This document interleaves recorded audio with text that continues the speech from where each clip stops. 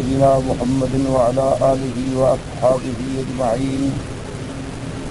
اللهم صل على سيدنا محمد وعلى آل سيدنا محمد كما صليت على إبراهيم وعلى آل إبراهيم في العالمين إنك حميد مجيد. أعوذ بالله من الشيطان الرجيم. بسم الله الرحمن الرحيم. وعد الله الذين آمنوا منكم وعملوا الصالحات ليستخلفنهم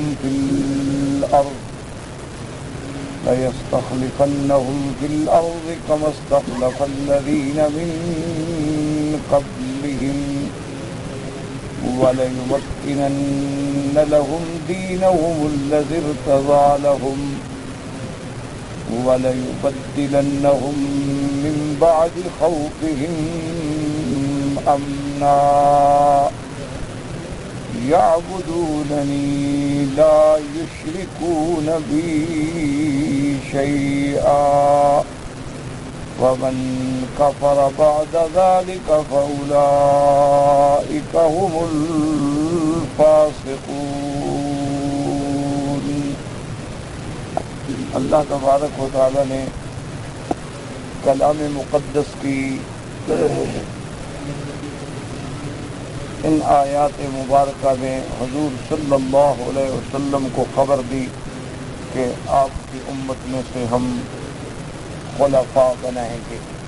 تو اس آیت کو کہتے ہیں آیت استخلاف. علماء اہل سنت والجماعہ نے بالاتفاق یعنی تمام ائمہ محدثین مجتہدین فقہاء کرام رحمہم اللہ تعالی علیہم کا اتفاق ہے کہ ان آیات سے خلفاء راشدین کی خلافت اللہ تبارک و تعالی نے گویا کہ قرآن مقدس میں اشارہ فرما دیا اور حضور صلی اللہ علیہ وسلم کی زندگی میں آپ کو خبر دی. اور یہ بھی میں نے عرض کیا تھا کہ اہل سنت والجماعت کے نزدیک حضور صلی اللہ علیہ وسلم کے بعد خلافت جو ہے وہ منسوخ نہیں ہوتی. یعنی اللہ تبارک و تعالی قرآن پاک میں کسی خلیفے کے نام کے ساتھ حکم نازل فرمائے یہ نہیں ہوتا، بلکہ حکم ہوتا ہے کہ اصحاب شورا جو ہیں ارباب حل و عقد جو ہیں وہ اتفاق سے اپنا خلیفہ جو امت کے لیے بہتر ہو اس کو چن لیں. لیکن اشارات ہوتے ہیں اور کنایات ہوتے ہیں جن سے علماء جن سے اس دور کے لوگ جو ہیں وہ استدلال پکڑتے ہیں. جیسے کہ اس آیت مبارک میں اللہ نے فرمایا اور میرے آقا نے بھی ارشاد فرمایا کہ علیکم سنتی و سنت الخلفاء الراشدین المہدیین، کہ لازم پکڑو میرے طریقے کو اور خلفاء راشدین کے طریقے. تو وہاں بھی خلفاء راشدین کا ذکر تو آیا لیکن نام نہیں آیا. اسی طرح بعض آیات اور بعض واقعات مبارک میں حضور صلی اللہ علیہ وسلم نے جیسے اشارہ بھی فرمایا نام سے بھی فرمایا کہ مرو ابا بکر فلیصلی بالناس. اپنی زندگی میں حضور صلی اللہ علیہ وسلم نے حکم فرمایا کہ حضرت ابو بکر جو ہیں ان کو حکم دو کہ وہ امام بن کے میرے مصلی پہ نماز پڑھائیں. اسی لیے بعض ائمہ کرام استدلال پکڑتے ہیں کہ صحیح معنی میں خلافت بلا فصل جو ہے، خلیفہ بلا فصل جو ہے، خلیفہ بعد النبی صلی اللہ علیہ وسلم جو ہے وہ حضرت ابو بکر صدیق ہے رضی اللہ تعالی عنہ، کیونکہ خلیفہ کہتے ہیں بعد میں آنے والے. تو حضور صلی اللہ علیہ وسلم سے بعد آنے والے حضرت ابو بکر، تو حضرت عمر ابو بکر کے بعد آنے والے، حضرت عثمان حضرت عمر کے بعد آنے والے، حضرت علی حضرت عثمان کے بعد آنے والے. اسی لیے جب امیر المؤمنین حضرت عمر کا دور خلافت آیا اور آپ کو خلیفہ لکھا گیا تو آپ نے فرمایا نہیں ویسے تو خلفاء ہیں ہم، لیکن میرے نام کے ساتھ خلیفہ نہ لکھو کیونکہ میں تو ابو بکر کا خلیفہ ہوں. پھر یہ لکھنا پڑے گا کہ خلیفۃ رسول اللہ، اور میرے بعد جو آئے گا اس کو لکھنا ہوگا خلیفۃ رسول اللہ.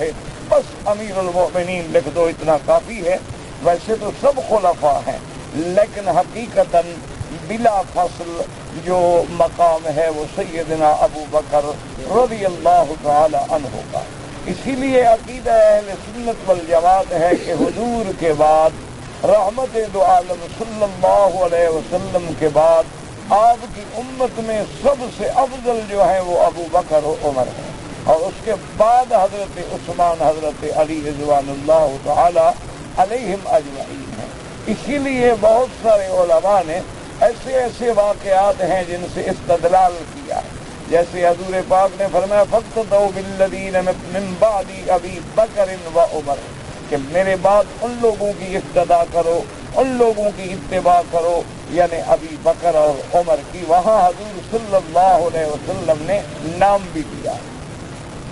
اور اسی طرح علماء نے فرمایا کہ جیسے حدیث پاک میں آتا ہے کہ میرے آقا رحمت دو عالم صلی اللہ علیہ وسلم ایک صحابی کے باغ میں تشریف فرما تھے، اور آپ نے فرمایا کہ میرے حکم کے بغیر کوئی داخل نہیں۔ تھوڑی دیر کے بعد دروازے پہ آواز آئی، حضور نے فرمایا دیکھو کون ہے؟ تو انہوں نے کہا یا رسول اللہ جا ابی بکر، ابو بکر دروازے پہ کھڑے ہیں۔ تو آپ نے فرمایا فاستأذن لہ فأذن لہ، اذن بھی، اجازت بھی دے دو، بشرہ بالجنہ، جنت کی خبر بھی دے دو۔ اس کے بعد آنے والے حضرت عمر ہیں، انہوں نے اجازت مانگی، حضور نے فرمایا اجازت بھی دے دو اور بشرہ بالجنت، جنت کی خوشخبری بھی دے دو۔ اس کے بعد حضرت عثمان آئے، حضور پاک صلی اللہ علیہ وسلم نے فرمایا کہ اس کے لیے دروازہ بھی کھول دو، بشرہ بالجنت، جنت کی خوشخبری بھی دے دو، اور ساتھ یہ بھی بتا دو کہ الا بلوى تصیبہ، تم پر ایک بہت بڑی آزمائش کا دور آئے۔ تو اس سے بھی صحابہ نے استدلال پکڑا کہ دیکھیں پہلے حضرت ابو بکر آتے ہیں تو اللہ کی تو قدرت ہے، اس کے بعد حضرت عمر آتے ہیں، اور اس کے بعد حضرت عثمان آتے ہیں۔ اسی طرح آقا انعامدار صلی اللہ علیہ وسلم ایک پہاڑ مبارک پہ کھڑے ہیں، تو پہاڑ میں زلزلہ آیا، تو آپ نے فرمایا ما علیک الا نبی و صدیق و شہیدان۔ تو وہاں بھی حضور صلی اللہ علیہ وسلم نے اپنے نام کے بعد حضرت ابو بکر رضی اللہ تعالی عنہ کا نام لیا۔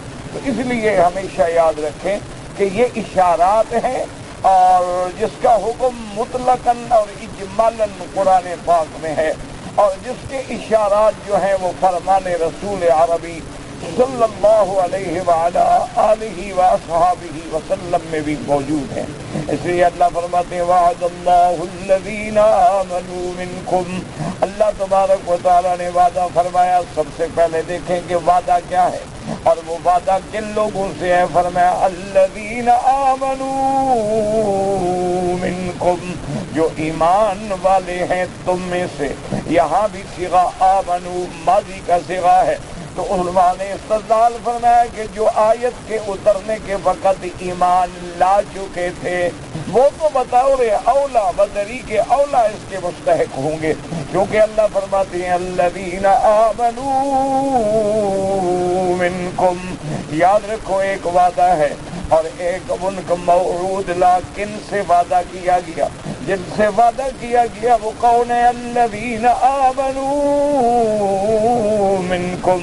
تو یہ وعدہ مومنوں سے ہے، ایمان والوں سے ہے، اور سب سے زیادہ ان سے ہے جو حضور کے وقت موجود تھے اور حضور صلی اللہ علیہ وسلم کے ساتھ ایمان لا چکے، کیونکہ ان کے ایمان کے بارے میں تو اللہ خود خبر دے چکے ہیں والذین آمنوا وہاجروا وجاہدوا فی سبیل اللہ۔ اللہ نے فرمایا وہ لوگ جو حضور پہ ایمان لائے اور جنہوں نے ہجرت کی اور جنہوں نے اللہ کے راستے میں جہاد کیا، والذین آووا ونصروا، اور جن لوگوں نے ان کو ٹھکانہ دیا اور مدد کی، یعنی انصار مدینہ، فرمایا اولئک هم المؤمنون حقا۔ اللہ نے فرمایا یہ پکے مومن ہیں، اندر باہر سے ایمان والے ہیں، ان کے بڑے درجات ہیں، ان کے لیے مغفرت ہے، ان کے لیے جنت کا وعدہ ہے۔ تو یہاں تھا آمنوا منکم، اور وہاں اللہ نے بتلا دیا کہ مومن کون ہے، فرمایا اولئک هم المؤمنون حقا۔ اسی طرح جب حدیبیہ میں قصہ آیا، اللہ نے فرمایا لقد رضی اللہ عن المؤمنین اذ یبایعونک تحت الشجرۃ فعلم ما فی قلوبہم، اللہ نے فرمایا تحقیق پکی بات ہے اللہ راضی ہو گیا میرا اللہ کن سے؟ فرمایا ان المؤمنین، ایمان والوں سے۔ وہ ایمان والے کون ہیں، کہاں تھے؟ اذ یبایعونک تحت الشجرۃ، جو درخت کے نیچے میرا محبوب آپ کی بیعت کر رہے تھے، تو ان کے ایمان کی بھی اللہ نے خبر عطا فرمائی، اور ساتھ یہ بھی فرما دیا فعلم ما فی قلوبہم، اور دشمنوں کا رد کر دیا جو یہ کہتے ہیں کہ صحابہ اوپر سے ایمان لائے تھے۔ اللہ نے فرمایا میں تو ان کے دلوں کو جانتا ہوں، ان کے دلوں کو دیکھنے والا، ان کے دلوں کا علم رکھنے والا، ان کے دلوں میں بھی ایمان ہے، ان کے زبانوں پہ بھی ایمان ہے، ان کے اعمال میں بھی ایمان ہے۔ فعلم ما فی قلوبہم وانزل السکینۃ علیہم، اللہ تبارک و تعالیٰ نے ان پہ اپنی خاص رحمتیں نازل فرمائی۔ اور کسی جگہ اللہ پاک فرماتے ہیں اولئک الذین امتحن اللہ قلوبہم للتقوی، یہ وہ لوگ ہیں جن کا میں نے خود امتحان کر لیا ہے، جن کو میں نے خود پرکھ لیا ہے، جن کو میں نے خود جانچ لیا ہے، اور جن کو میں نے پرکھ کے جانچ کے محمد مدنی کا صحابی بنایا ہے، محمد مصطفیٰ صلی اللہ علیہ وسلم کا ساتھی بنایا۔ اس لیے میرے محبوب نے بھی فرمایا ان اللہ اختارنی ثم اختار لی اصحابی، فرمایا اللہ پاک نے مجھے اپنے بندوں میں سے، اپنی مخلوق میں سے چن لیا ہے، اور پھر میرے لیے میرے صحابہ کو بھی اللہ نے چن لیا ہے، ان کو میرا ساتھی بنایا، ان کو میرا مددگار بنایا، ان کو میرے رشتہ دار بنایا۔ تو اللہ تبارک و تعالیٰ نے صحابہ کو بھی چن لیا۔ تو اس لیے علماء فرماتے ہیں کہ قیامت تک 12 ائمہ آئیں گے، لیکن سب سے زیادہ افضل، سب سے زیادہ اعلیٰ، سب سے زیادہ اس آیت کے مخاطب جو ہیں وہ کون؟ خلفاء راشدین رضوان اللہ علیہم، رضوان اللہ علیہم اجمعین ہیں۔ تو اسی سے یہ بھی اشارہ ہو گیا کہ بعض جماعتیں جو ہیں جو اپنے 12 امام بتاتے ہیں، تو اگر ان پہ ٹھنڈے دل سے آپ غور کریں تو ان میں سے ایک بندہ بھی موجود نہیں جب یہ آیت اتری ہے۔ حالانکہ یہاں تو اشارہ ہے وَعَدَ اللَّهُ الَّذِينَ آمَنُوا مِنكُمْ، جو ایمان لا چکے ہیں، یعنی آیت کے اترنے کے وقت، حالانکہ وہ لوگ تو اس وقت ایمان نہیں لائے، وہ ایمان لائے لیکن بہت بعد میں ایمان لے آئے۔ تو ان ایک وعدہ کیا ہے؟ فرمایا لَيَسْتَخْلِفَنَّهُمْ فِي الْأَرْضِ، اللہ نے فرمایا میرا مدنی میرا وعدہ ہے میں ان کو زمین میں خلافت دوں گا۔ تو خلافت صرف یہ نہیں ہوتی کہ بھئی آدمی کا نام اونچا ہو جائے، خلافت کے لیے ضروری ہوتا ہے کہ اقتدار ہو، خلافت کے لیے ضروری ہوتا ہے کہ ملک ہو، خلافت کے لیے ضروری ہوتا ہے کہ تمکن فی الارض ہو، خلافت کے لیے ضروری ہوتا ہے کہ اس کا مکمل استیلاء ہو۔ اس لیے فرماتے ہیں لَيَسْتَخْلِفَنَّهُمْ فِي الْأَرْضِ كَمَا اسْتَخْلَفَ الَّذِينَ مِنْ قَبْلِهِمْ، جیسے ان سے پہلے بھی ہم نے لوگوں کو خلفاء بنایا، زمین کا تمکن دیا، اقتدار دیا، لیکن فرق یہ ہے کہ پہلے دور میں نبی آتے تھے، اب حضور کے بعد جو ہیں وہ صحابہ ہیں، خلفاء ہیں، خلفاء کے بعد پھر تابعین، تبع تابعین، ائمہ مجتہدین، علماء ہیں قیامت تک۔ فرمایا لَيَسْتَخْلِفَنَّهُمْ فِي الْأَرْضِ كَمَا اسْتَخْلَفَ الَّذِينَ مِنْ قَبْلِهِمْ وَلَيُمَكِّنَنَّ لَهُمْ دِينَهُمُ الَّذِي ارْتَضَىٰ لَهُمْ، اور تمکین، اور اس کے بعد ان کے پسندیدہ دین کو بھی ہم غالب کر دیں گے، جما دیں گے۔ وہ دین کون سا ہے؟ ان الدین عند اللہ الاسلام، کیونکہ اب اسلام کے علاوہ کوئی دین اللہ کو قبول نہیں۔ وَمَن يَبْتَغِ غَيْرَ الْإِسْلَامِ دِينًا فَلَن يُقْبَلَ مِنْهُ، اللہ پاک فرماتے ہیں جو اسلام کے علاوہ کوئی دین، کوئی طریقہ، کوئی راستہ اختیار کرے اللہ اس کو ہرگز قبول نہیں فرمائیں گے۔ اس لیے امام شافعی رحمت اللہ علیہ، اللہ ان کی قبروں پہ کروڑوں رحمتیں فرمائے، ان نے فرمایا کہ اللہ نے قرآن میں فیصلہ کر دیا ہے کہ صرف 3 جماعتیں ہیں، 3 گروہ ہیں، 3 ایسے طبقات ہیں جن کے لیے نجات ہے۔ فرمایا وہ کون ہے؟ فرمایا والسابقون الاولون من المهاجرين والانصار والذين اتبعوهم بإحسان رضی اللہ عنہم ورضوا عنہ۔ حضرت امام شافعی فرماتے ہیں یاد رکھو ایمان والوں کی اللہ نے 3 قسمیں بیان فرما دی۔ سب سے پہلے تو وہ ہیں السابقون الاولون من المہاجرین، سب سے پہلے تو وہ لوگ ہیں جنہوں نے ہجرت کی حبشہ کی طرف اور پھر مدینہ منورہ کی طرف۔ تو فرمایا کہ یہ مہاجرین میں سے ہم نہیں ہو سکتے۔ اور دوسری جماعت کون ہے؟ والانصار، وہ لوگ جنہوں نے مدینہ منورہ میں نصرت کی اور مدد کی اور صحابہ کو پناہ دی، صحابہ کو سینے سے لگایا، بھائی بنایا، حضور صلی اللہ علیہ وسلم اور آپ کے صحابہ پہ اپنی جان بال قربان کی۔ فرمایا امام شافعی رحمۃ اللہ علیہ نے کہ اب یہ 2 قسمیں جو ہیں ان میں تو ہم ہو نہیں سکتے، مہاجرین کا دور بھی گزر گیا اور انصار کا دور بھی گزر گیا، اب تیسری قسم قیامت تک جو ہے وہ کون ہے؟ فرمایا والذین اتبعوہم، اور جو ان دونوں کی پیروی کرے گا، یعنی مہاجرین و انصار کی پیروی کرے گا، جو پیروی بھی ایسی نہیں کہ ظاہر میں والذین اتبعوہم بإحسان، خالص پیروی اخلاص کے ساتھ، اگر وہ ان دونوں کا مخلص نہیں ہے تو ان پہ اللہ راضی نہیں ہے۔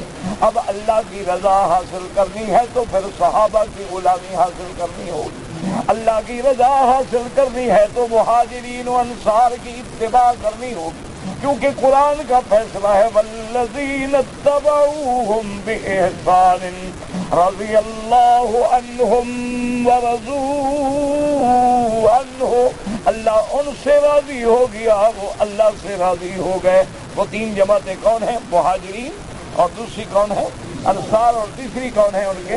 ان کے متبعین اور پیروکار۔ جو صحابہ کی اتباع نہیں کرتا مانا اللہ ان پہ راضی نہیں ہوا ہے، سیدھی سی بات ہے۔ یہ تو قرآن کا فیصلہ ہے، قرآن کا یعنی اللہ تبارک و تعالیٰ کا اعلان ہے کہ اس لیے فرما دیا کہ ان کی پیروی کرے، اور پیروی بھی دل سے کرے، ظاہرداری سے نہیں۔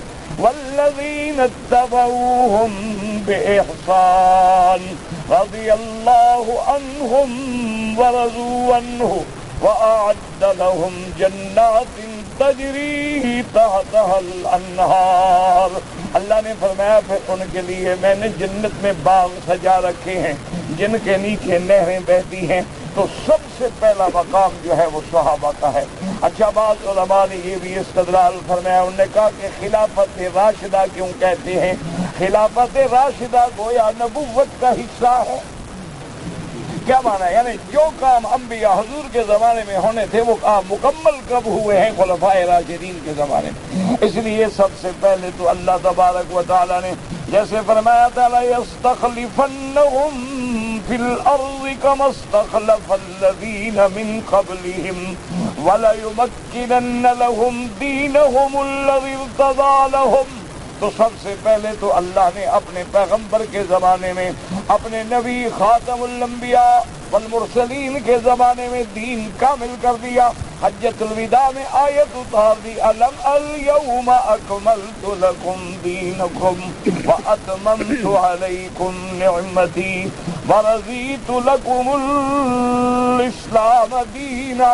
تو دین مکمل ہو گیا، اور حضور کے زمانے میں الحمدللہ مکہ فتح ہو گیا، طائف فتح ہو گیا، حنین فتح ہو گیا، جدہ فتح ہو گیا۔ حضور پاک کے زمانے میں تقریباً جزیرت العرب جو ہے وہ پورے کا پورا فتح ہو گیا، خیبر فتح ہو گیا۔ تبوک میں حضور پاک تشریف لے گئے اور ہرقل کو آنے کی توفیق نہ ہوئی۔ تو یہ سارا غلبہ اور تمکین فی الارض اور تمکین دین جو ہے یہ تو حضور کے زمانے میں حاصل ہو گئی۔ اور حضور صلی اللہ علیہ وسلم کے بعد سیدنا ابی بکر رضی اللہ تعالیٰ عنہ کا دور آیا، تو حضرت ابو بکر کے دور میں سب سے پہلا کام سیدنا ابو بکر نے کیا کہ مسیلمۃ الکذاب کا مقابلہ کیا، جھوٹے مدعی نبوت کا مقابلہ کیا، مانعین زکوٰۃ کا مقابلہ کیا، اللہ کے دین کو جما دیا کہ حضرت عمر جیسا آدمی بھی ہل گیا، جب حضرت آقا انعامدار رحمت دو عالم صلی اللہ علیہ وسلم کی وفات ہو گئی، حضرت عمر جیسا مضبوط آدمی جو ہے آپ غصے میں آ گئے، کہہ رہے کون کہتا ہے کہ محمد مصطفیٰ پہ موت آ گئی ہے؟ جو بھی کہے گا تو عمر اس کا مقابلہ کرے گا۔ حضور صلی اللہ علیہ وسلم پہ کیسے موت آ سکتی ہے؟ حضور تو قیامت تک نبی ہے۔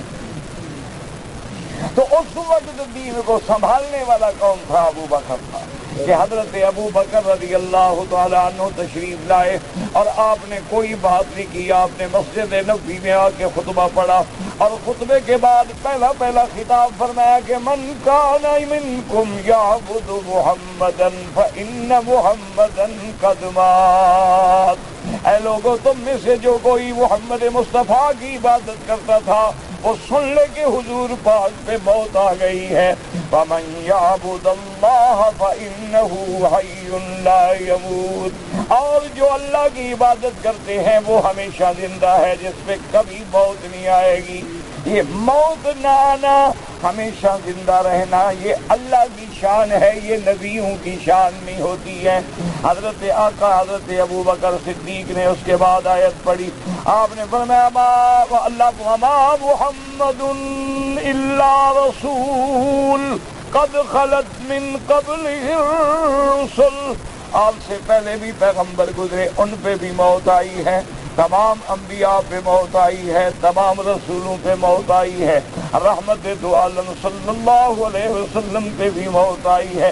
حضرت عمر فرماتے ہیں مجھے ایسے محسوس ہوا کہ آج قرآن اتر رہا ہے، اور میں نے کہا ابو بکر اللہ تجھ پہ رحمت کرے، تو نے محمد مدنی کی دین کے عقیدے کی حفاظت کر دی۔ اس کے بعد جب دور آیا حضرت ابو بکر کا تو کچھ لوگوں نے زکوٰۃ کا انکار کر دیا، مانعین زکوٰۃ پیدا ہو گئے، انہوں نے کہا جی ہم زکوٰۃ نہیں دیتے۔ ان سے جب پوچھا گیا کیوں زکوٰۃ نہیں دیتے، انہوں نے کہا جی زکوٰۃ کا حکم جو ہے وہ تو اللہ کے نبی کو تھا کہ آپ ان سے زکوٰۃ لیں، آپ ان کے لیے دعا کریں، اب اللہ کا نبی نہیں ہے تو ہم کیوں زکوٰۃ دیں؟ قرآن تو کہتا ہے خذ من اموالہم صدقۃ تطہرہم، اللہ نے نبی کو حکم دیا، اب نبی نہیں ہے، ان پہ وفات ہو گئی ہے تو ہم زکوٰۃ کیوں دیں؟ حضرت ابو بکر رضی اللہ تعالیٰ عنہ تشریف لائے، آپ نے اعلان فرمایا کہ میں جو آدمی زکوٰۃ کا انکار کرے گا، آپ نے خطبہ دیا اور اس کے بعد فرمایا کہ لوگوں سن لو، جو بندہ زکوٰۃ کا انکار کرے گا میں اس سے قتال کروں گا، جہاد کروں گا۔ قتال تو کافروں کے ساتھ ہوتا ہے نا، مسلمانوں سے تو نہیں ہوتا۔ اچھا، حضرت عمر کہتی ہیں میں حیران ہو گیا ابو بکر کیا کہہ رہے ہیں۔ جب آپ نیچے اترے تو میں نے کہا ابو بکر کیا کر رہے ہو؟ اتقاتلوا، تم ان لوگوں سے قتال کرو گے جو لا الہ الا اللہ کلمہ پڑھتے ہیں، نماز پڑھتے ہیں، اللہ کو مانتے ہیں، قرآن کو مانتے ہیں، نبی کو مانتے ہیں۔ ایک زکوٰۃ کا مسئلہ ہے تو ان کو سمجھانا چاہیے، نہ کہ آپ نے تو حکم دے دیا ہے کہ میں قتال کروں گا۔ آپ نے فرمایا حضرت عمر کے سینے میں آپ نے غصے سے ہاتھ ایسے آپ نے ایسے گھونسا مارا، فرمایا جبار فی الجاہلیت و خوار فی الاسلام، فرمایا عمر ہٹ جاؤ میرے راستے سے، تم تو بڑے جبار بنتے تھے کفر کے زمانے میں، اپنے آپ کو بڑا مضبوط اور بہادر سمجھتے تھے، اسلام لانے کے بعد کمزور ہو گئے، اسلام لانے کے بعد ضعیف ہو گئے۔ واللہ لو منعونی قالا لقاتلتم، اگر ان لوگوں نے اونٹ کی ایک رسی بھی زکوٰۃ میں دینے کا انکار کیا تو میں جہاد کروں گا۔ حضرت عمر حیران ہو گئے، کہتے ہیں پھر میں مسجد میں آ کے بیٹھ گیا، سوچتے سوچتے حیران ہو رہا ہوں کہ ہم ان لوگوں سے لڑیں گے جو کلمہ پڑھتے ہیں، اور حضور نے تو فرمایا ہے کہ ان سے نہیں لڑنا ہے جو کلمہ پڑھے، اور ابو بکر حکم دے رہا ہے۔ کہتے ہیں اس کے بعد میں سوچتا رہا ثم انشرح اللہ صدری کما شرح صدر ابی بکر، پھر اللہ نے میرا سینہ بھی کھول دیا جیسے ابو بکر کا سینہ کھولا تھا۔ مجھے بھی بات سمجھ آ گئی کہ ابو بکر سچا ہے، کہ آج اگر کوئی زکوٰۃ کا انکار کرے اور ہم ڈھیلے ہو جائیں تو کل کوئی نماز کا انکار کرے گا، پرسوں کوئی حج کا انکار کرے گا، پھر کوئی قربانی کا انکار کرے گا، پھر کوئی آیت رجم کا انکار کرے گا، پھر کوئی اسلام میں پردے کا انکار کرے گا، یہ تو دین مصطفیٰ کا مذاق بن جائے گا۔ میں نے کہا ابو بکر نے ٹھیک کیا، میں اٹھا اور میں نے کہا ابو بکر اللہ تجھ پہ رحمت کرے، عمر تیرا سپاہی بن کے لڑے گا، تم نے دین محمد مصطفیٰ کو جلا دیا ہے دنیا میں۔ تو اللہ کا وعدہ دیکھیں کیسے پورا ہوا۔ اور پھر حضرت ابو بکر رضی اللہ تعالیٰ عنہ کے زمانے میں کسریٰ کے قریب تک فتوحات حاصل ہو گئی۔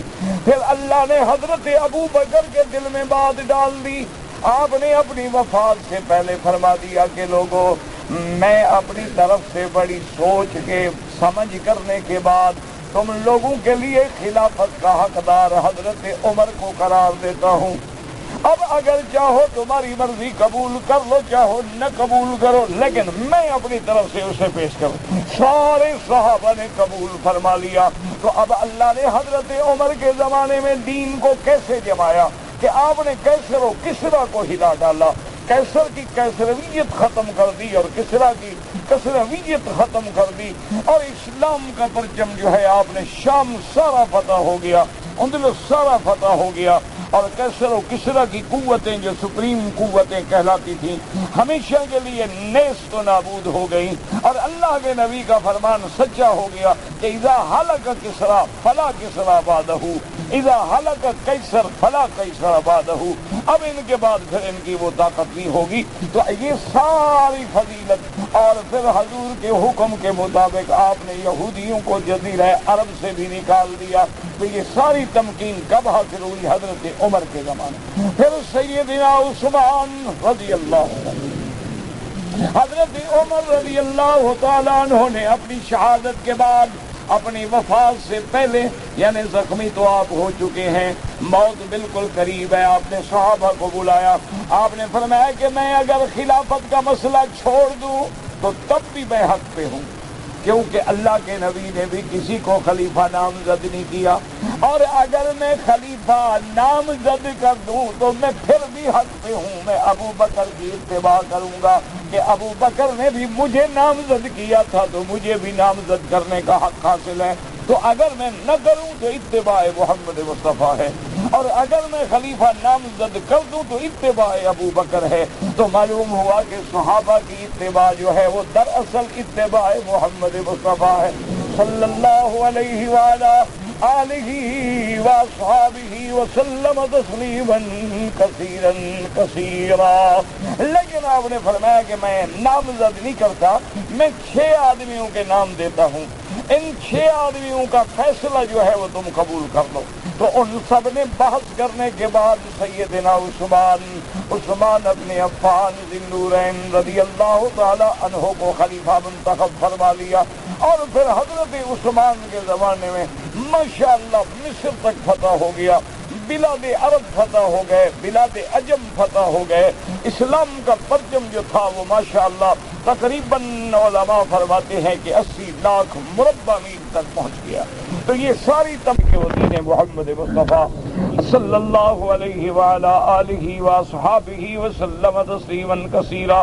ورنہ آپ دیکھتے ہیں کہ بڑے بڑے ملک جو اس وقت جمہوریت کے چیمپئن بنے ہوئے ہیں، جو اپنے آپ کو بہت بڑا مہذب معاشرہ کہتے ہیں، اگر وہاں بجلی بند ہو جائے تو ہزاروں واقعات ہو جاتے ہیں۔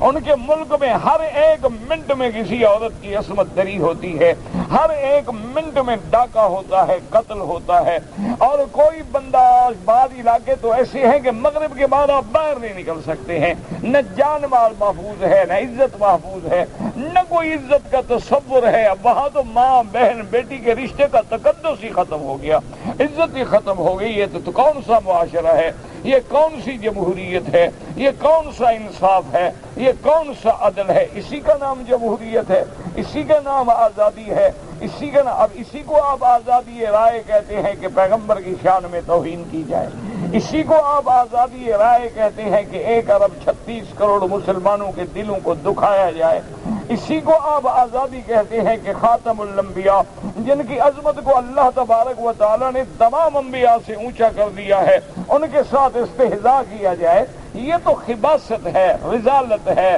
اور یہ گندی ذہنیت ہے، اور یہ دماغوں کا تعفن ہے، یہ قلم کی گندگی ہے جو ایسی باتیں لکھتے ہیں یا ایسی باتیں سوچتے ہیں۔ ورنہ آزادی کا معنی یہ نہیں ہوتا ہے کہ آپ جس کے گھر میں چاہیں داخل ہو جائیں، آزادی ہے۔ آزادی کا معنی یہ نہیں ہوتا کہ جس لڑکی کو چاہیں آپ اٹھا لیں، آزادی ہے۔ آزادی کا معنی یہ نہیں ہوتا کہ جس کی بیوی کو پکڑ لیں، جی آزادی ہے۔ مجھے بھی آزادی ہے، اس کو بھی آزادی ہے، یہ آزادی ہے، یہ واقعہ نہیں۔ اس طرح تو حیوان بھی نہیں کرتے ہیں۔ ہر پرندے کا بھی اپنا گھونسلہ ہے، ہر حیوان کا بھی اپنا ٹھکانہ ہے، ہر مرغی کا بھی اپنا ڈربہ ہے، ہر جانور کی بھی اپنی جائے رہائش ہے، جنگل کے درندے بھی اپنے اپنے علاقے تقسیم کیے ہوئے ہیں، دوسرے میں مداخلت نہیں کرتے ہیں۔ تو اس لیے ہمیشہ یاد رکھیں کہ اگر امن چاہتے ہیں تو وہ صرف دین محمد مصطفیٰ میں ہے۔ اور اس کے بعد فرمایا یعبدوننی ولا یشرکون بی شیئا۔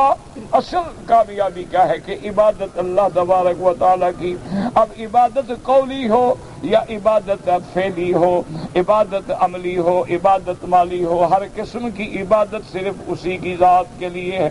لا یشرکون بی شیئا، اور اللہ کی عبادت میں کسی کو شریک نہ کرے، کسی شے کو بھی شریک نہ کرے، نہ انبیاء کو شریک کرے، نہ اولیاء کو شریک کرے، نہ زندوں کو شریک کرے، نہ مردوں کو شریک کرے۔ یعبدوننی لا یشرکون بی شیئا ومن کفر بعد ذلک فأولئک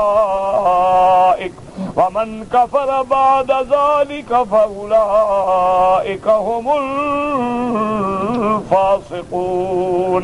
یاد رکھو کفر کے معنی دو ہوتے ہیں، ایک لغوی معنی ہوتا ہے، ایک اصطلاحی معنی ہوتا ہے۔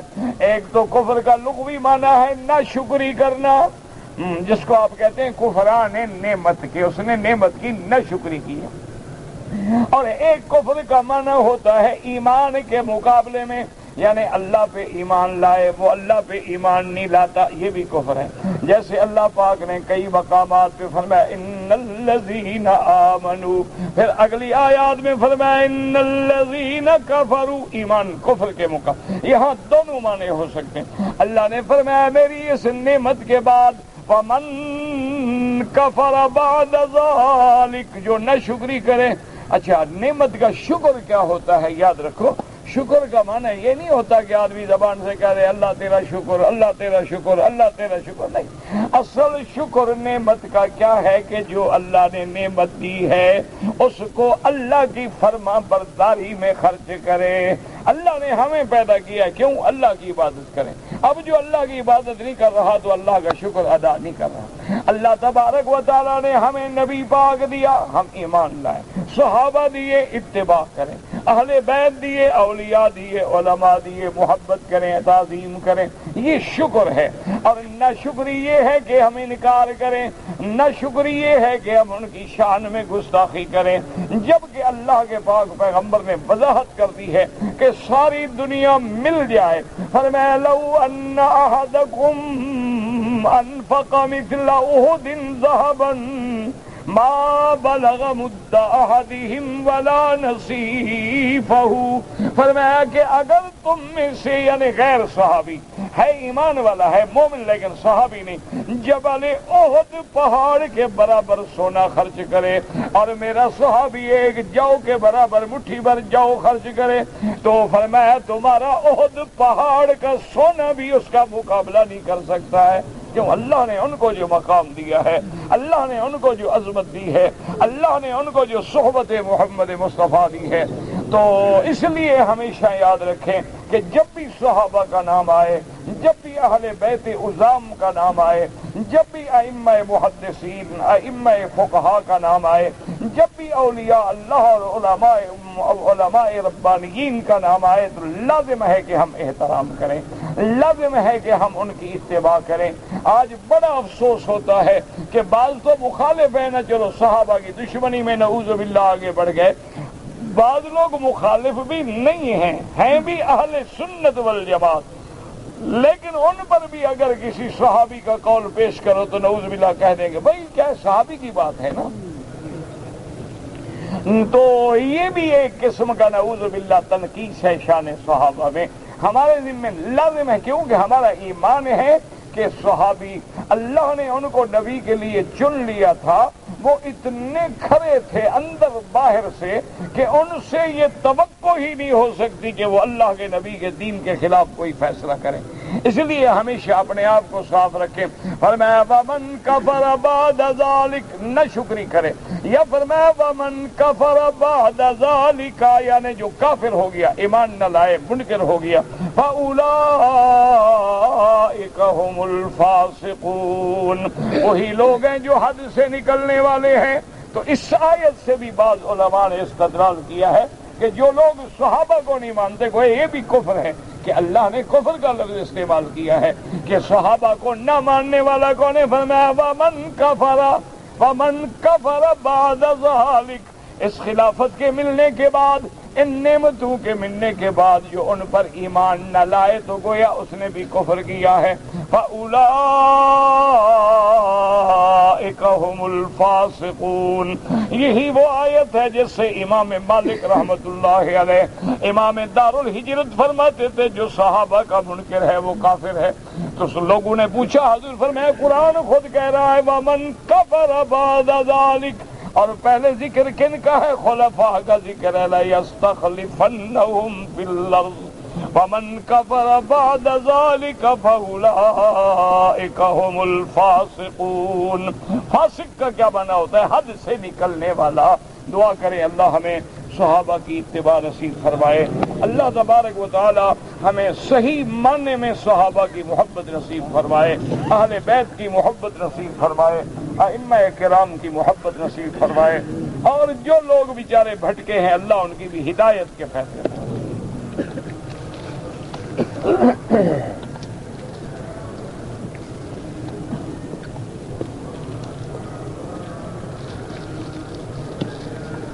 کہتے ہیں جی کہ ایک آدمی حرم میں اس کی ڈیوٹی تھی پانی پر، اس کو لازماً رات کو آ کے ڈیوٹی کرنی تھی.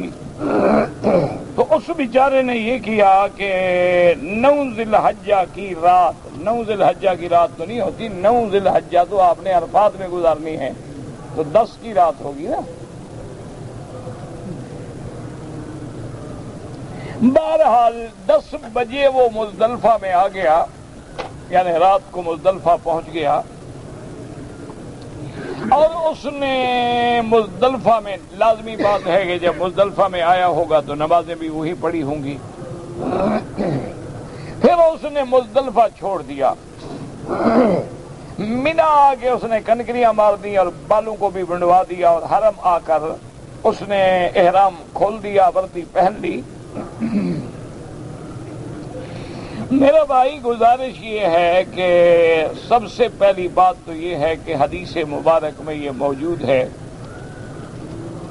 کہ رحمت دو عالم صلی اللہ علیہ وسلم نے رخص رسول اللہ صلی اللہ علیہ وسلم النساء والصبیان، حضور پاک نے فرمایا کہ جن کے ساتھ عورتیں ہیں، جن کے ساتھ بچے ہیں، جن کے ساتھ معذور ہیں، ضعیف لوگ ہیں، ان کو اجازت ہے کہ وہ مزدلفہ میں ساری رات نہ گزاریں، فجر کی نماز نہ پڑھیں، بلکہ مزدلفہ میں 2 نمازیں پڑھ کے آدھی رات کے بعد وہاں سے چل پڑیں. تو کچھ صحابہ نے آگے عرض کیا کہ یا رسول اللہ ہمارے ساتھ عورتیں تو نہیں ہیں اور ہم بوڑھے بھی نہیں ہیں، لیکن ہم لوگوں نے بکریاں چراتے ہیں، مزدور ہیں، ملازم ہیں مکے والوں کے، ہم نے بکریاں چرانی ہوتی ہیں، اور اگر ہم رات یہاں رہیں گے، صبح یہاں رہیں گے، پھر کنکریاں ماریں گے تو پہنچتے پہنچتے تو دوپہر ہو جائے گی. مکے سفر پیدل کے ہوتے تھے تو بکریاں بیچاری تو بغیر گھاس پانی کے رہیں گی. تو حضور نے فرمایا کہ رخص رسول اللہ، آپ نے فرمایا تم لوگوں کو بھی اجازت ہے. تو لہذا ڈپٹی والے کو تو اجازت ہے کہ اس نے جو کیا ہے ٹھیک کیا ہے. فرق صرف اتنا ہے کہ امام ابو حنیفہ رحمت اللہ علیہ فرماتے ہیں کہ اس کا کنکری مارنے کا وقت شروع ہوتا تھا صبح صادق سے. صبح صادق سے پہلے اگر اس نے کنکری مار دی ہے تو صرف ایک دم دے گا بس، اور کوئی دم. باقی ائمہ کے نزدیک تو ایک دم بھی معاف ہے.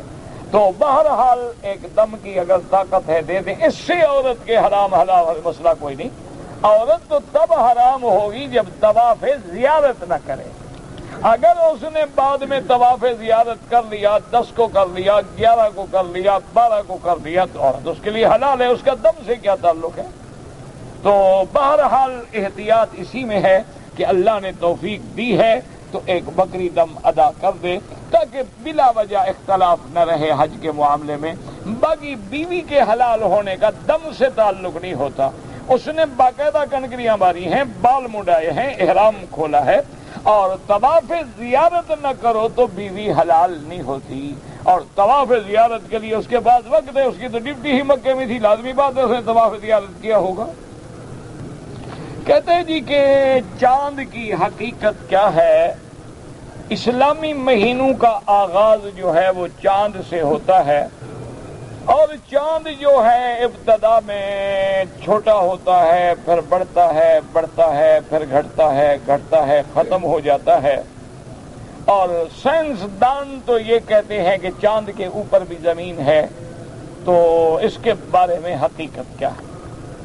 پہلی بات تو یہ ہے کہ میرے عزیز، اسلام نے ہمیں اس بات کا مکلف ہی نہیں بنایا کہ ہم اس تحقیق میں پڑھیں کہ چاند کی حقیقت کیا ہے یا سورج کی حقیقت کیا ہے۔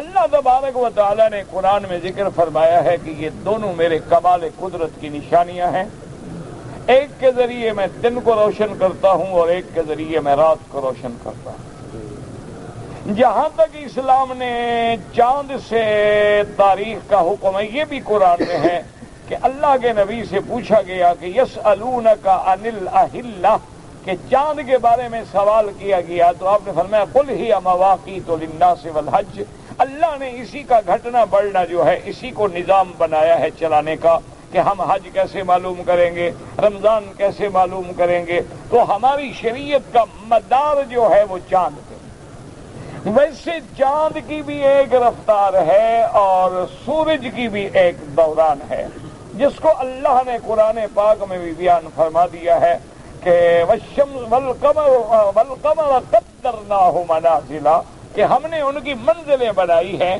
حتی عادت الارجون القدیم، وہ اپنی منزلوں کو طے کرتے کرتے کرتے کرتے ایک باریک سی ٹہنی کے برابر وہ نظر آتا ہے۔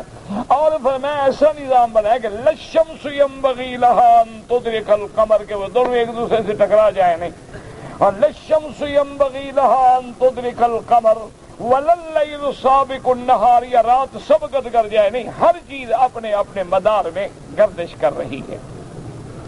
اور دوسری بات یہ بھی سمجھیں کہ چاند کا دیکھنا معلوم کرنا بنسبت سورج کے آسان ہے۔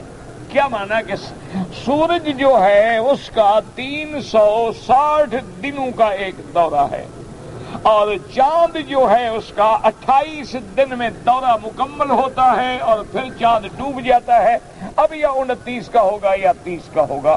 اچھا، چاند جو ہے ہر آدمی دیکھ کے اندازہ کر لیتا ہے، آج پہلی کا ہے، آج بڑا ہے، آج چھوٹا ہے، آج تیسری کا ہے، آج دوسری کا ہے، آج 13ویں کا ہے، آج 14ویں ہے، اندازہ ہو جائے۔ لیکن سورج کا حساب جو ہے ما سوائے آلات کے کرنا مشکل ہے، ہر آدمی نہیں اندازہ کر سکتا۔ ہاں، جن لوگوں کے پاس وہ مشینیں ہیں، جن لوگوں کے پاس وہ جہاز ہیں، جن لوگوں کے پاس اس کے انداز کرنے کے وہ کر سکتے ہیں، لیکن عام آدمی کے لیے مشکل ہے، اور خاص طور پہ عرب کے لوگوں کے لیے جو اسلام لانے کے وقت میں نہ یہاں سکول تھے، نہ یہاں علوم فلکیات پڑھائے جاتے تھے، تو اللہ نے اپنے بندوں کے لیے آسانی کر دی، ایک ایسا نظام دے دیا کہ جس کو وہ پہچان سکیں۔ باقی یہ رہ گئی بات کہ چاند پہ زمین ہے، تو یہ بھی تو کسی نے نہیں کہا کہ چاند کوئی چھوٹی چیز ہے، ہمارے دیکھنے میں ہمیں ایسا نظر آتا ہے، ورنہ اس پہ اگر زمین ہے تو کوئی مشکل نہیں، کوئی مسئلہ نہیں، ہر سیارے کے اندر ایک زمین ہو سکتی ہے۔ اس لیے اللہ نے قرآن میں فرمایا ملکوت السماوات والارض، اسی لیے اللہ تبارک و تعالی نے فرمایا کہ ان الشمس والقمر آیاتان من آیات اللہ، یہ اللہ کی نشانیوں میں سے ایک نشانیاں ہیں۔ اور یہ بھی سمجھ لیں کہ چاند جو ہے وہ سب سے زیادہ زمین کے قریب ہے، اور اگر اس کے اوپر کوئی اللہ پاک نے زمین رکھی ہے تو اس کا تو کوئی انکار نہیں۔ باقی ہم اس چیز کے مکلف نہیں ہیں، یعنی ہمیں ان چیزوں کی تحقیق سے حکم نہیں دیا گیا کہ تم اس اچھا ایمان سے کہیں کہ چلو جن لوگوں نے تحقیق کی ہے چاند پہ پہنچنے پہ ارب بہا ڈالر خرچ کر ڈالے ہیں، کیا فائدہ ہوا قوم کو؟ ٹھنڈے دل سے ناراض نہ ہوں، یہ نہ کہیں ملا ہیں دقیانوسی ہیں، نہیں آپ چاند پہ جائیں، ہم نے تو منع نہیں کیا، پلاٹ بکنگ ہو رہی ہے آپ بک کرا لیں، ہمیں تو کوئی اعتراض نہیں، ہمیں کوئی اعتراض نہیں، آپ سورج پہ رہیں، ہمیں تو کوئی مسئلہ نہیں ہے، آپ چاند میں جا کے رہیں، مریخ میں رہیں، مشتری میں رہیں، زحل میں رہیں، عطارد میں رہیں، ہمیں تو کوئی مسئلہ نہیں ہے، لیکن مسئلہ یہ ہے آپ ہمیں یہ ضرور سمجھائیں کہ جن لوگوں نے چاند مسخر کر ڈالے ہیں، چاند پہ گاڑیاں بھیجی ہیں، آدمی بھیجے ہیں، جھنڈے لگائے ہیں، اربہا ڈالر خرچ کر دیے ہیں، آج بھی دنیا میں اربہا انسان ہیں جو بھوکے مر رہے ہیں، آج بھی دنیا میں اربہا انسان ہیں جو بیماریوں کی وجہ سے ایڑیاں رگڑ رگڑ کے مر جاتے ہیں، دوا میسر نہیں ہے، آج بھی دنیا میں اربہا انسان ہیں جن کو پینے کے لیے صاف پانی میسر نہیں ہے، تو اگر یہ دولت انسانوں کی فلاح و بہبود پہ لگا دی جاتی تو کسی کے فرعون بننے کا کام تو فائدہ نہ ہوتا کہ فلاح کی ٹیکنالوجی بڑھ گئی، ٹیکنالوجی کیا بڑھ گئی؟ اپنے آدمی تو نوکری کے بغیر مر رہے ہیں، ٹیکنالوجی کا کیا فائدہ ہوا؟ تو بڑے اگر اسلام نے ان چیزوں میں دخل نہ دینے کا حکم دیا ہے تو معلوم ہوا کہ راز ہے کوئی اللہ کا، کہ اگر ضروری ہوتا تو سب سے پہلے اللہ پورے فلکیات کو کھول کے حضور محمد مصطفیٰ کے سامنے رکھ، اور پھر تم کتنی ہی ترقی کر لو، تم کتنے ہی راکٹ بنا کے بھیج لو، چلو چاند پہ اتر جاؤ گے، ہم تو اس نبی کو ماننے والے ہیں جس کے اشارے سے چاند ٹکڑے ہو گیا،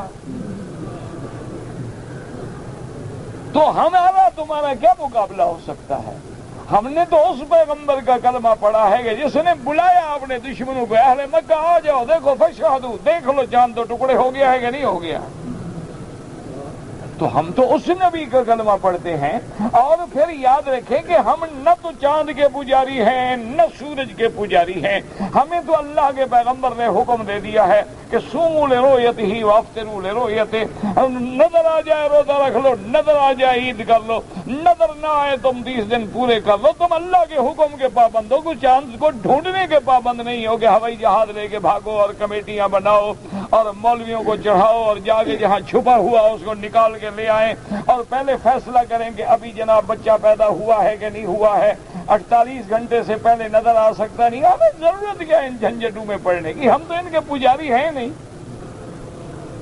بلکہ چاند سورج جو ہے وہ انسان کے لیے ہے، وَسَخَّرَ لَكُم مَّا فِي السَّمَاوَاتِ وَمَا فِي الْأَرْضِ، یہ سب چیزیں ہمارے لیے۔ اچھا ایمان سے کہیں کہ جب انسان نہیں ہوں گے تو چاند سورج رہے گا؟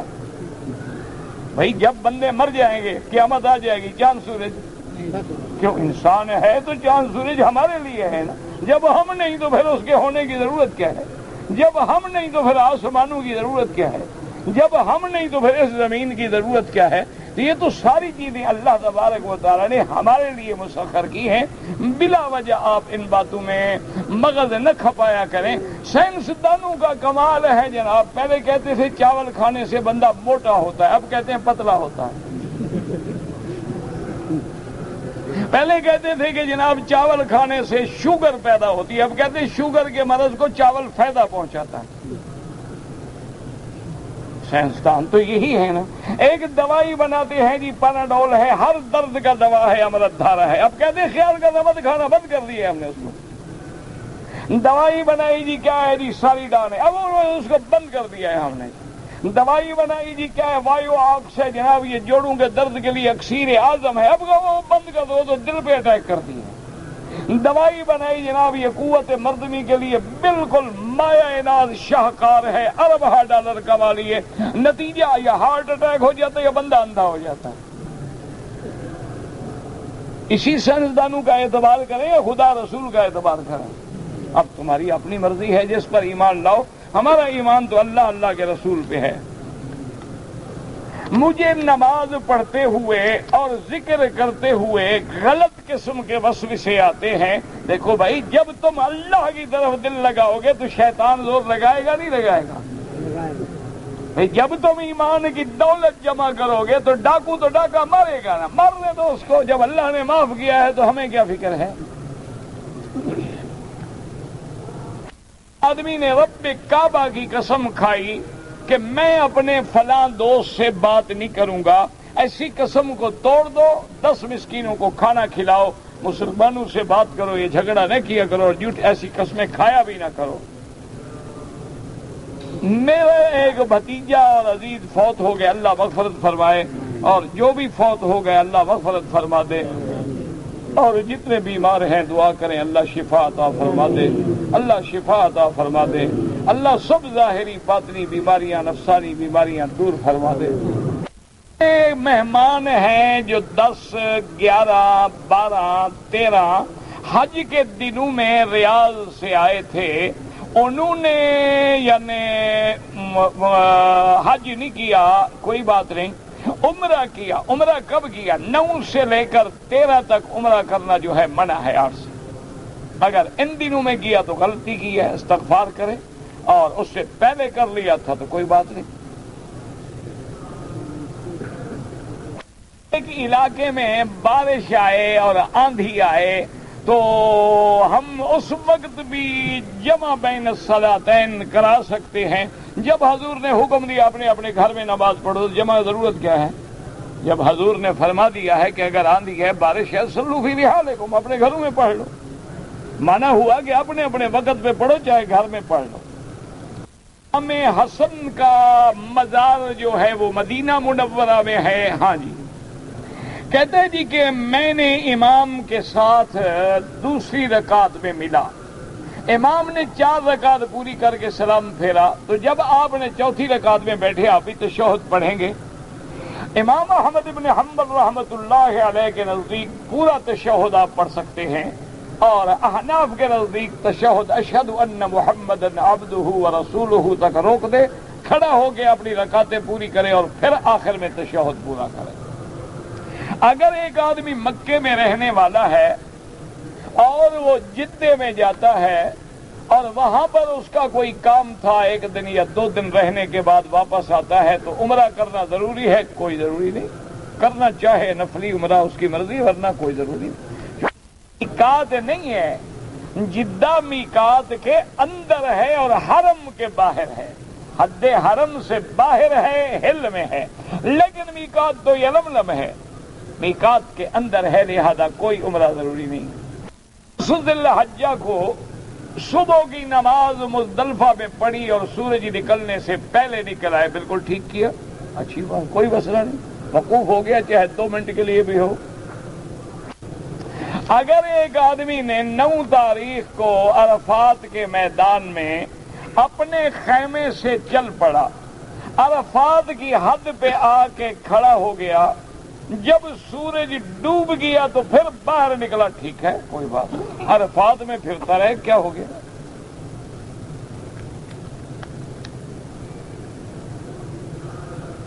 کہتے جی کہ میں نے 11 ذی الحج کو جمرات پہ جو کنکریاں ہیں وہ 11 بجے ماری ہیں۔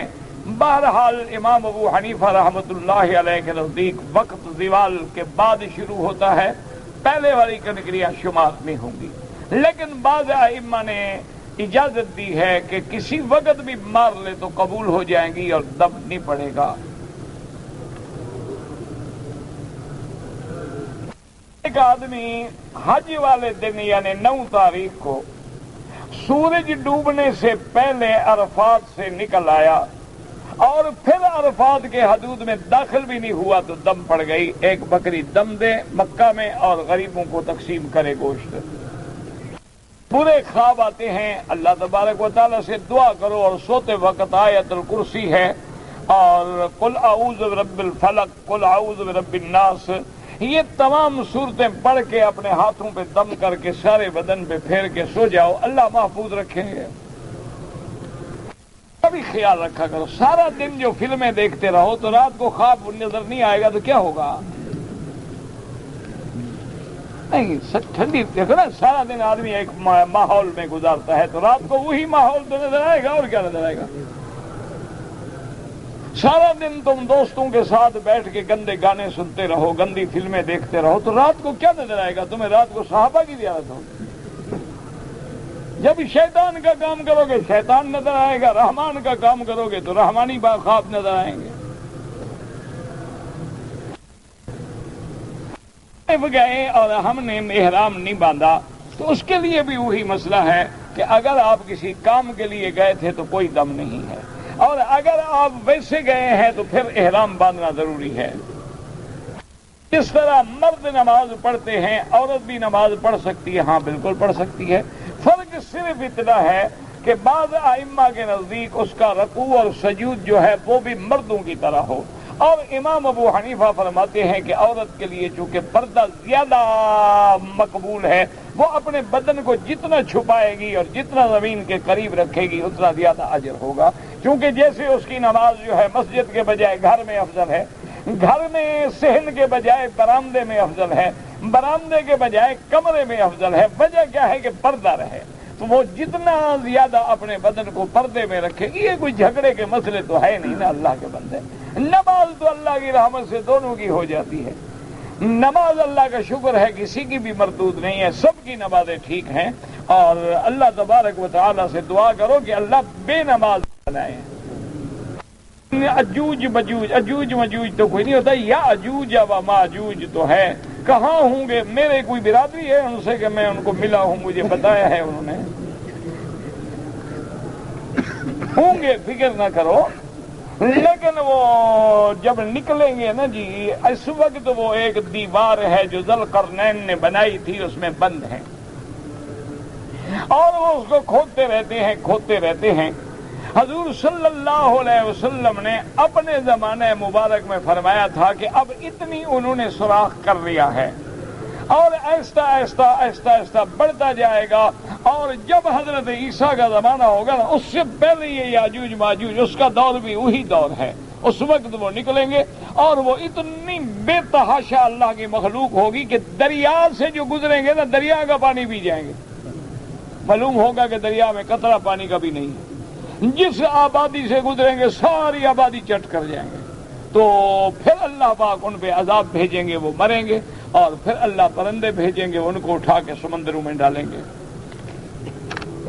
ایک آدمی کو اللہ کے بندے کو یاجوج ماجوج لکھنا نہیں آتا، لیکن پوچھ رہا ہے اجوج مجوج، ضرورت کیا ہے اجوج مجوج کی؟ بھائی کیا کریں آپ؟ جواب نہ دو تب بھی ناراضگی، اور دے دو تب بھی غصہ۔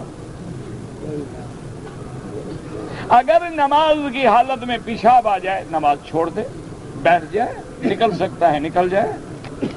میں صبح اٹھ کے تہجد پڑھتا ہوں، پھر وتر پڑھتا ہوں اذان سے پہلے، بالکل ٹھیک ہے، یہی سنت ہے۔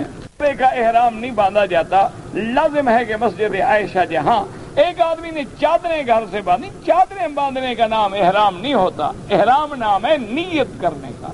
اس نے جا کے نیت مسجد عائشہ سے کی، لبیک وہاں سے پڑھا، ٹھیک ہو گیا۔